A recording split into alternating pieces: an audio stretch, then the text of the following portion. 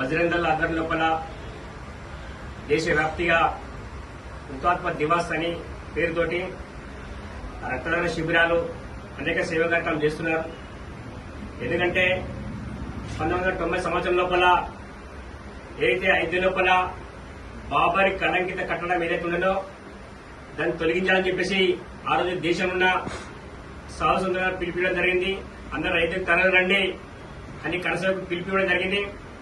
ఆ రోజు దేశవ్యాప్తంగా ఉన్న యువత అనేక మంది రామ భక్తులు సాధువులు అనేక మంది అక్కడికి వెళ్లడం జరిగింది. ఆ రోజు జరిగిన సంఘటన లోపల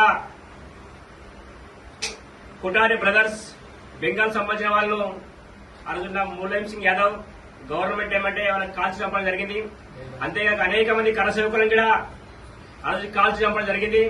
కాబట్టి రాముని యొక్క కార్యక్రమం లోపల స్వర్గస్థులైన కార్యకర్తలను గుర్తు చేసుకోవడానికి దేశవ్యాప్తిగా బజరంగ దళ ఆధ్వర్యం లోపల ఇలాంటి సేవా కార్యక్రమం నిర్వహిస్తున్నాము. దీన్ని హుతాత్మ దివాస్ అంటారు. బజరంగ దళ ఆధ్వర్యం లోపల దేశవ్యాప్తంగా జరుగుతున్నాయి. అందులో భాగంగానే ఈరోజు మన సంఘటన లోపల బజరంగ దళ్ ఈ 2-3 ప్రకటనకు సంబంధించిన కార్యకర్తలు రక్తదాన శిబిరాన్ని నిర్వహించారు. ఈ యొక్క కార్యక్రమం ఏమంటే సేవ అనే ఒక ఆలోచనతో ఈ యొక్క కార్యక్రమం నిర్వహిస్తున్నాం. హిందూ యువతకు ఆలోచన రావాలి, దేశం పైన, ధర్మం పైన, సమాజం పైన ఒక ఆలోచనతో ఈ యొక్క కార్యక్రమం తీసుకున్నాం. అందరికీ జై శ్రీరామ్.